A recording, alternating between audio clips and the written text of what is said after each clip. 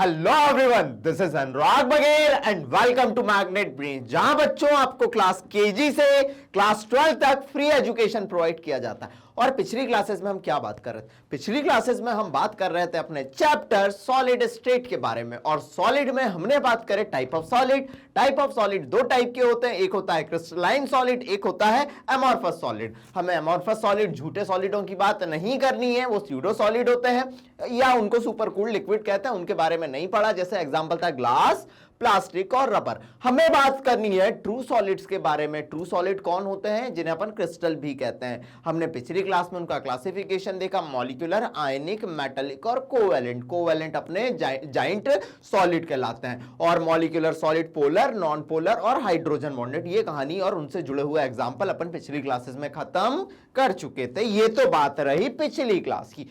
आज की अगर मैं बात करूं तो आज हमको सॉलिड के अंदर क्रिस्टल लैटाइस या लैटाइस पॉइंट और यूनिट सेल क्या होता है, ये जो टर्म है इनके बारे में समझना है। समझिएगा, कोई भी सॉलिड है, जैसे कि हमने पिछली क्लास में बात करा था, सॉलिड किसी ना किसी कॉन्स्टिट्यूएंट यूनिट से मिलकर बना होता है। यूनिट या तो एटम हो सकता है, समझ रहे हैं, या तो वो मॉलिक्यूल हो सकता है, या तो वो आयन हो सकता है।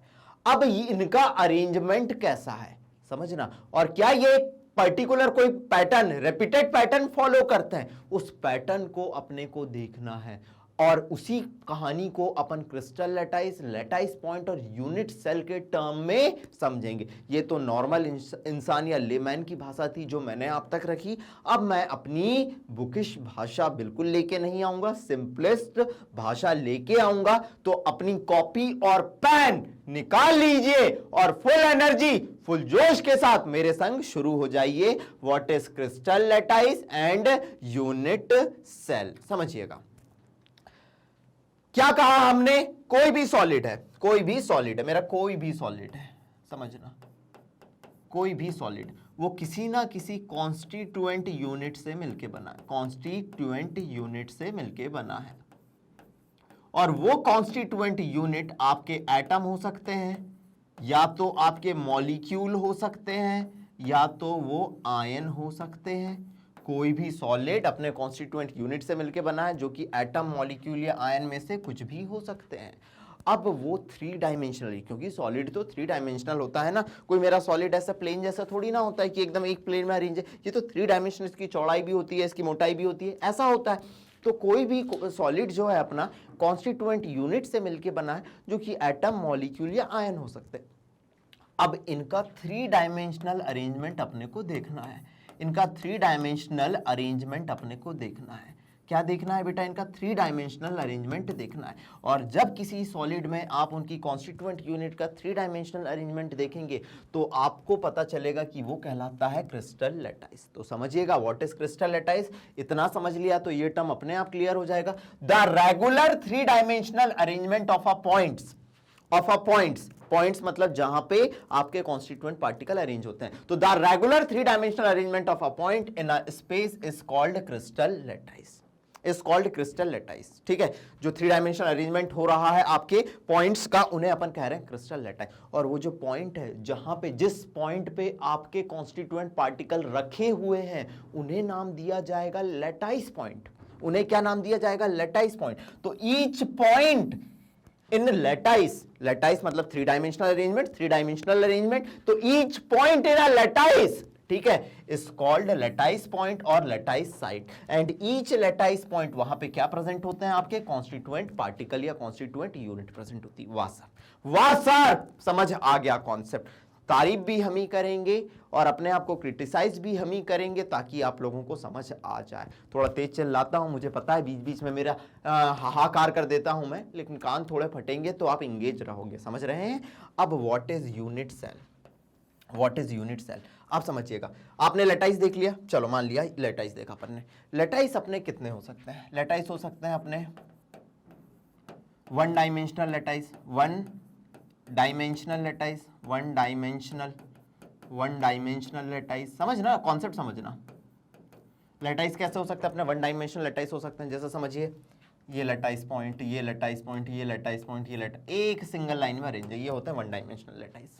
ठीक है, दूसरा लैटाइस अपने हो सकते हैं टू डायमेंशनल लैटाइस, टू डायमेंशनल लैटाइस, थोड़ा एनसीईआरटी के बियॉन्ड जाके बता रहा हूं ताकि कहानी आप समझ पाए। टू डायमेंशनल लैटाइस हो सकता है। टू डायमेंशनल लैटाइस का मतलब क्या है कि भैया एक्स डायरेक्शन में भी फैले होंगे और वाई डायरेक्शन में भी फैले होंगे, एक प्लेन में होंगे, उसे हम कहेंगे टू डायमेंशनल लैटाइस। जैसे समझिए टू डायमेंशनल में अपन ने बात कर दी स्क्वायर लैटाइस के बारे में। किसके बारे में बात कर ली? ए देख लेते हैं अपन, स्क्वायर लैटाइस। स्क्वायर लैटाइस क्या है? स्क्वायर लैटाइस समझना। ये लैटाइस पॉइंट, लैटाइस पॉइंट, ये लैटाइस पॉइंट, ये लैटाइस पॉइंट क्या बराबर बराबर बने? देख लेते हैं क्या बराबर बराबर बने, बीच बीच में कोई डिस्टेंस। ये लैटाइस पॉइंट है, ये लैटाइस पॉइंट है, मेरे क्या है? ये मेरे लैटाइस पॉइंट है, ये मेरे क्या है? लैटाइस पॉइंट है, ठीक है, ये मेरे लैटाइस पॉइंट। अब इन लैटाइस पॉइंट पे मेरा कोई कॉन्स्टिट्यूएंट पार्टिकल प्रेजेंट है, कोई कॉन्स्टिट्यूएंट पार्टिकल प्रेजेंट है, ठीक है, कॉन्स्टिट्यूएंट पार्टिकल प्रेजेंट, ये कॉन्स्टिट्यूएंट पार्टिकल प्रेजेंट है। आप देख पा रहे होंगे ये मिलके बना रहा है, ये मिलके बना रहा है टू डायमेंशनल लैटाइस। क्या बना रहा है? Two dimensional lattice. यहाँ देखो ये ए है, ये बी है, एंगल कितना? ए बराबर है बी के, ए बराबर है बी के, और एंगल आपको कितना देखने मिल रहा है? 90 डिग्री देखने मिल रहा है। ये कैसा लैटाइस देखने मिला आपको? टू डायमेंशनल लैटाइस देखने मिला, जहां पे एक्स डायरेक्शन में भी कुछ है, वाई डायरेक्शन में भी कुछ फैला हुआ है, ठीक है। और इनको मिला के अपन ने देखा तो जो अपने को स्क्वायर लैटाइस मिल रहा है उसमें ए और बी बराबर होता है, एंगल कितना होता है? 90 डिग्री। दूसरी कहानी जो हमको मिलती है, ऐसे ही मिल सकते हैं आपको, मान लीजिए रेक्टेंगुलर लैटाइस, रेक्टेंगुलर लैटाइस मिल सकते हैं। कौन मिल सकते हैं? रेक्टेंगुलर लैटाइस मिल सकते हैं, ठीक है। ऐसे ही आपको कौन मिल सकता है? रेक्टेंगुलर लैटाइस मिल सकते हैं। मान लीजिए लैटाइस पॉइंट है, ये लो, ये लो, ये लो, ये लो, ठीक है, ये लो, ये लो, ये लो, ये लो, ये लो लैटाइस पॉइंट मेरे। चलो इन लैटाइस पॉइंट पे मैं किसको अरेंज कर दूं? किसको अरेंज कर दूं? कॉन्स्टिट्यूएंट यूनिट को अरेंज कर दूं। चलो ये लो, ये मैंने अरेंज कर दी, ये मैंने अरेंज कर दी। तो मुझे जो टू डायमेंशनल लैटाइस पैटर्न मिलेगा वो मुझे कुछ ऐसा मिल रहा है, मुझे कुछ ऐसा मिल रहा है जहां पे ए और बी बराबर तो नहीं है, ए और बी बराबर तो नहीं है, लेकिन एंगल कितने डिग्री देखने मिल रहा है? 90 डिग्री देखने मिल रहा है। ये हो सकता है रेक्टेंगुलर लैटाइस। कौन सा हो सकता है अपना? रेक्टेंगुलर लैटाइस।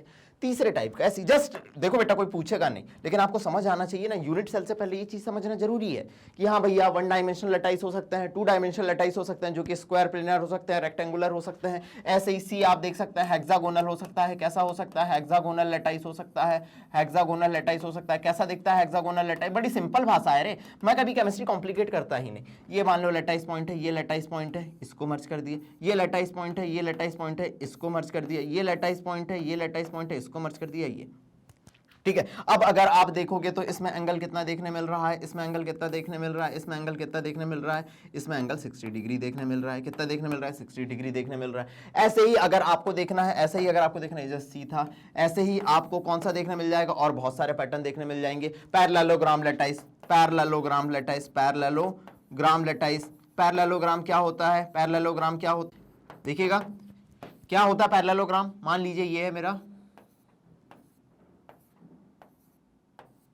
ये, this is parallelogram, this is parallelogram, this is what? This is parallelogram. अगर आप पैरेललोग्राम को देख पा रहे होंगे तो इसमें ए बी के बराबर होता है, ए बी के बराबर होता है, लेकिन एंगल 90 डिग्री नहीं होता। और एक और टाइप का लैटाइस होता है, एक और टाइप का लैटाइस होता है, समझिएगा, बस जस्ट नॉलेज के लिए आप लोगों को बता रहा हूं, कुछ बुक्स में दिया रहता है, ठीक है। एक और होता है फिफ्थ, रोम्बिक लैटाइस। क्या होता है? रोम्बिक।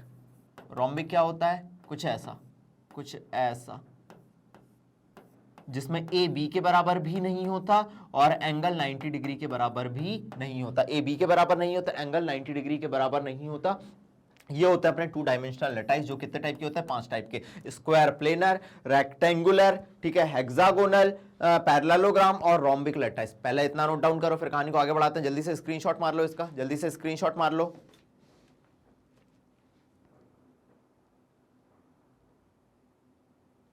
क्लियर है? बढ़े आगे, चलो नेक्स्ट कहानी समझिएगा, समझिएगा। तो आपको लैटाइस समझ आ गया, लैटाइस समझ आ गया, जो कि वन डायमेंशनल हो सकते हैं, टू डायमेंशनल हो सकते हैं, ठीक है। अब समझना यूनिट सेल क्या होता है। अब समझिएगा यूनिट सेल क्या होता है। Unit cell is the smallest portion of crystal lattice. अगर आप कोई भी क्रिस्टल लेटाइस देखेंगे, उसका जो स्मॉलेस्ट पोर्शन है, what is crystal lattice, three dimensional arrangement, उसका एक स्मॉलेस्ट पोर्शन जो कि बार बार अपने आप को रिपीटेड करता है, उसे अपन कहते हैं unit cell. And unit cell कुछ और नहीं, थ्री डायमेंशनल अरेंजमेंट होता है। क्या होता है? Three dimension. जैसे आपने वन डायमेंशनल लेटाइस देख लिया, टू डायमेंशनल देख लिया, टू डायमेंशनल देख लिया, टू डायमेंशनल लेटाइस देख लिया, उसके बाद यूनिट सेल कब देखने मिलेगा? जब आप थ्री डायमेंशनल लेटाइस लेंगे, एक्स एक्सिस, वाई एक्सिस और जेड एक्सिस में। ठीक है, चलो एक चीज यहां पे और ध्यान देने वाली बात है, in crystal there are 14 possible crystal lattices are present known as Brevis lattice।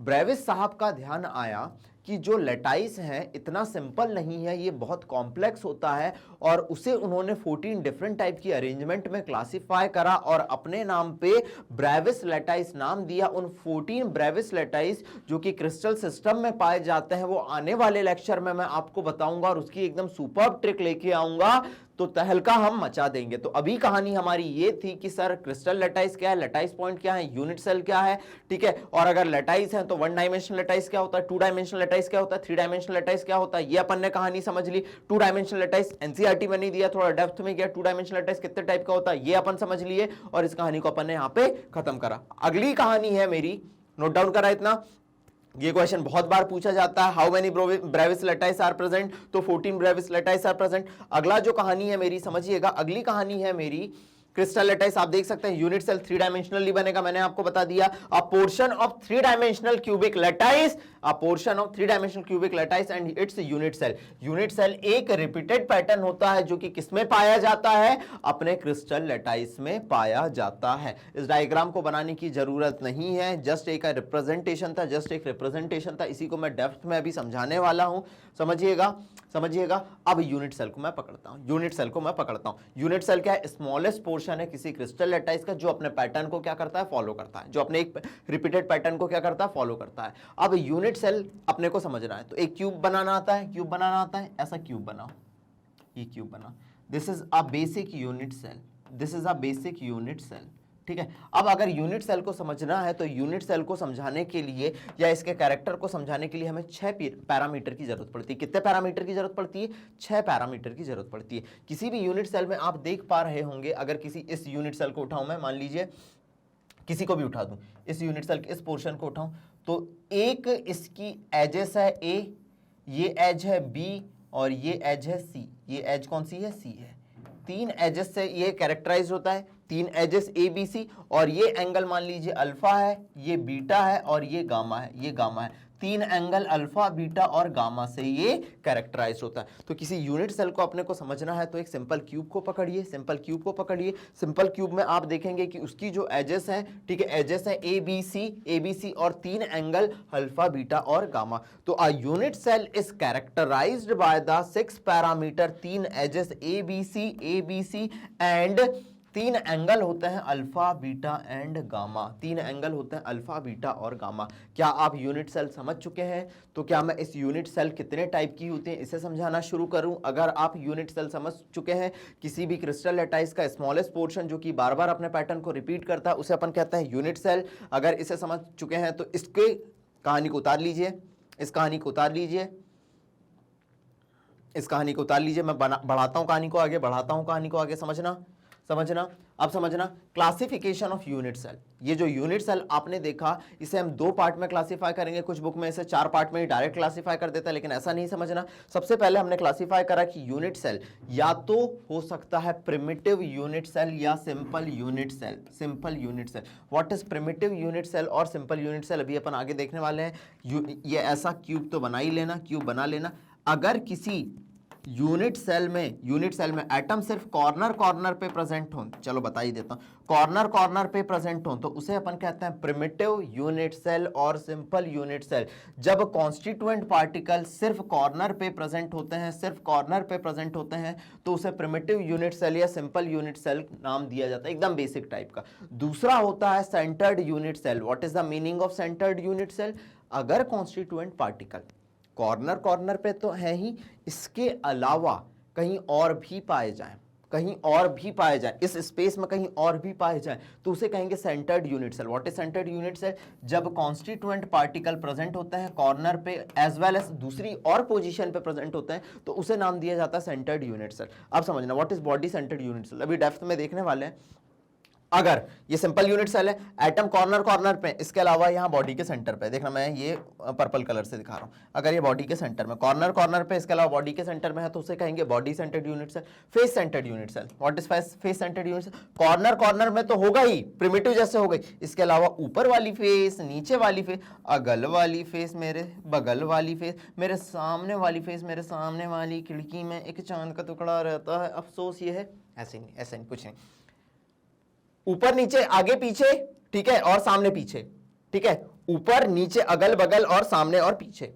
अगर कॉर्नर कॉर्नर पे है और 6 की 6 फेसेस में है, तो उसे कहेंगे फेस सेंटर्ड यूनिट सेल। क्या कहेंगे? Face centred. इसके अलावा समझना, इसके अलावा समझना, कॉर्नर कॉर्नर पे है और 2 अपोजिट एंड में पाया जा रहा है, तो उसे कहेंगे एंड सेंटर्ड यूनिट सेल। क्या नाम देंगे उसे? एंड सेंटर्ड यूनिट सेल नाम देंगे। ये था अपना क्लासिफिकेशन किसका? यूनिट सेल का। किसका क्लासिफिकेशन था? अपना यूनिट सेल का। आई होप ये आपके दिमाग में चढ़ चुका होगा, आई होप ये आपके दिमाग में चढ़ चुका होगा। क्या कोई डाउट? क्या कोई डाउट?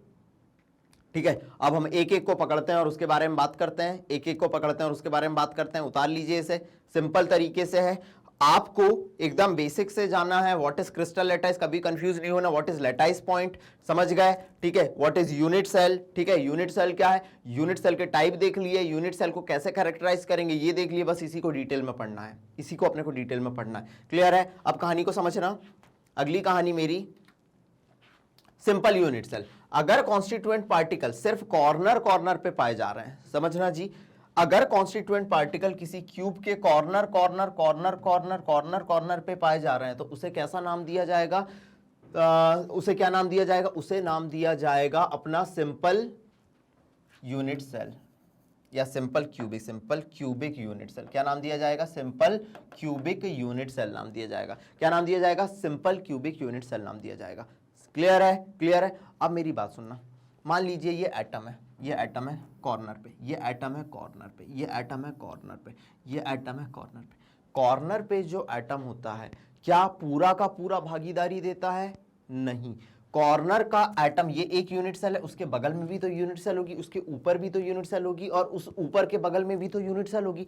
तो एक कॉर्नर का एटम बेटा इस यूनिट सेल में 1/8 पार्टिसिपेशन देता है। कितना देता है? 1/8 टाइम पार्टिसिपेशन।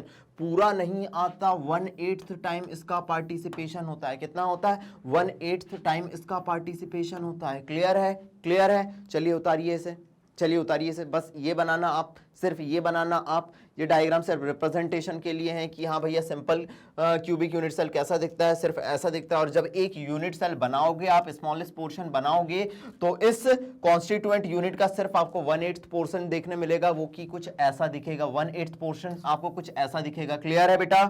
1/8 पोर्शन आपको कुछ ऐसा दिखेगा।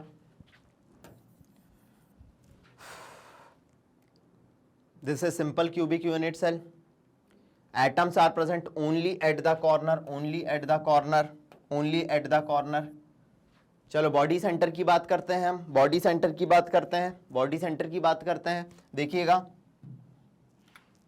आप बात करें बॉडी सेंटर्ड यूनिट सेल के बारे में, किसके बारे में बात करें? बॉडी सेंटर्ड यूनिट सेल के बारे में बात करें तो एटम कॉर्नर कॉर्नर पे तो होंगे। कॉर्नर का पार्टिसिपेशन 1/8। आने वाले लेक्चर के लिए तैयारी हो रही है जिसमें नंबर ऑफ इफेक्टिव एटम निकालना सिखाऊंगा मैं।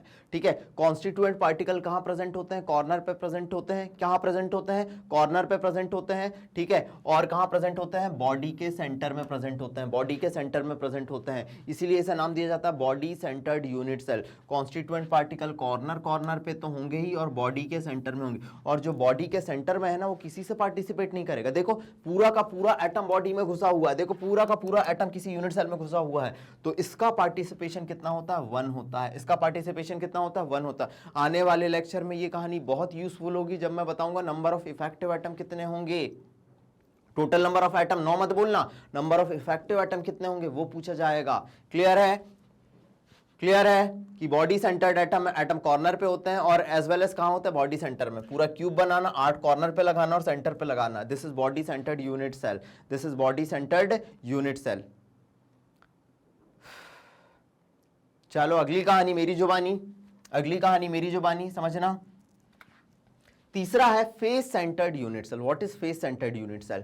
कॉन्स्टिट्यूएंट पार्टिकल अभी मैंने बताया कहां होंगे, प्रेजेंट होते हैं कॉर्नर पे और फेसेस पे प्रेजेंट हो। कहां प्रेजेंट हो? फेसेस पे। देखना कॉर्नर कॉर्नर पे पाए जा रहे हैं, कॉर्नर कॉर्नर पे पाए जा रहे हैं। इसके अलावा ऊपर वाली फेस, नीचे वाली फेस, अगल वाली फेस, बगल वाली फेस, सामने वाली फेस, पीछे वाली फेस में पाए जा रहे हैं, तो उसे नाम दिया जाएगा फेस सेंटर्ड यूनिट सेल। अब इंपॉर्टेंट बात यह, बोलो मेरे संग, कॉर्नर वाले का कंट्रीब्यूशन 1/8, लेकिन जो ये फेस पे है इसके ऊपर भी एक होगा ना, तो इसका कंट्रीब्यूशन होता है कितना? 1/2। बार बार कह रहा हूं, ये चीज आपको आने वाले लेक्चर में जब नंबर ऑफ इफेक्टिव एटम बताएंगे तब बहुत ज्यादा जरूरत देगी या बहुत ज्यादा हेल्प करेगी, बहुत ज्यादा हेल्प करेगी। क्लियर है? इसका पार्टिसिपेशन आप देख पा रहे होंगे कि ये एटम आधा कटा हुआ है, आधा कटा हुआ है, मतलब इसका पार्टिसिपेशन कितना होता है? 1/2। इसीलिए इनको लगाया है मैंने, ठीक है। आप देख पा रहे हैं जब ये कटेगा तो आधा आएगा किसी यूनिट सेल में, इसका पार्टिसिपेशन कितना होता है? 1/2। जबकि ये कॉर्नर वालों का कितना होता है? 1/8 होता है। क्लास में याद कर लीजिए बेटा, तहलका मचा देंगे आप। क्लास में याद कर लीजिए आप, तहलका मचा देंगे। क्लियर है? This is cubic unit, this is face centred unit cell. This is what? Face centred unit cell. ठीक है, ज्यादा टफ टॉपिक नहीं है, बहुत सिंपल टॉपिक है, बहुत जल्दी खत्म हो जाएगा। This is face centred unit cell. बढ़ाऊं कहानी को आगे, बढ़ाऊं कहानी को आगे, समझना मेरी अगली कहानी। End centred unit cell. What is end centred unit cell? End centred unit cell क्या है? अगर कॉन्स्टिट्यूएंट पार्टिकल कॉर्नर कॉर्नर पे हैं, ये कॉर्नर कॉर्नर पे हैं, इसके अलावा कहां पाए जा रहे हैं? अपोजिट एंड में पाए जा रहे हैं, तो उसे नाम दिया जाएगा end centred unit cell. Notes इतने प्यारे बनाना कि सब कुछ नोट्स में आ जाए, नोट्स इतने प्यारे बनाना कि सब कुछ नोट्स में आ जाए। What is end centred unit cell? अगर कॉन्स्टिट्यूएंट पार्टिकल कॉर्नर पे हैं, इसके अलावा अपोजिट एंड में पाए जा रहे हैं, तो उसे नाम दिया जाएगा एंड सेंटर्ड यूनिट सेल। तो आज की कहानी जो एक छोटी सी थी, जो मेरी जुबानी थी, crystal system, crystal lattice, unit cell और टाइप ऑफ यूनिट सेल। और यूनिट सेल में जो एटम पाए जा रहे हैं, जो एटम पाए जा रहे हैं, उनका परसेंटेज, उनका पार्टिसिपेशन कितना है। तो contribution of particle present at different position, एक छोटा सा चार्ट बना लो। कॉर्नर पे है तो कितना? 1/8। फेस पे है तो कितना? 1/2। बॉडी पे है कितना? तो 1। और अगर एज पे पाए जा रहे हैं, मतलब ये समझिएगा, ये है,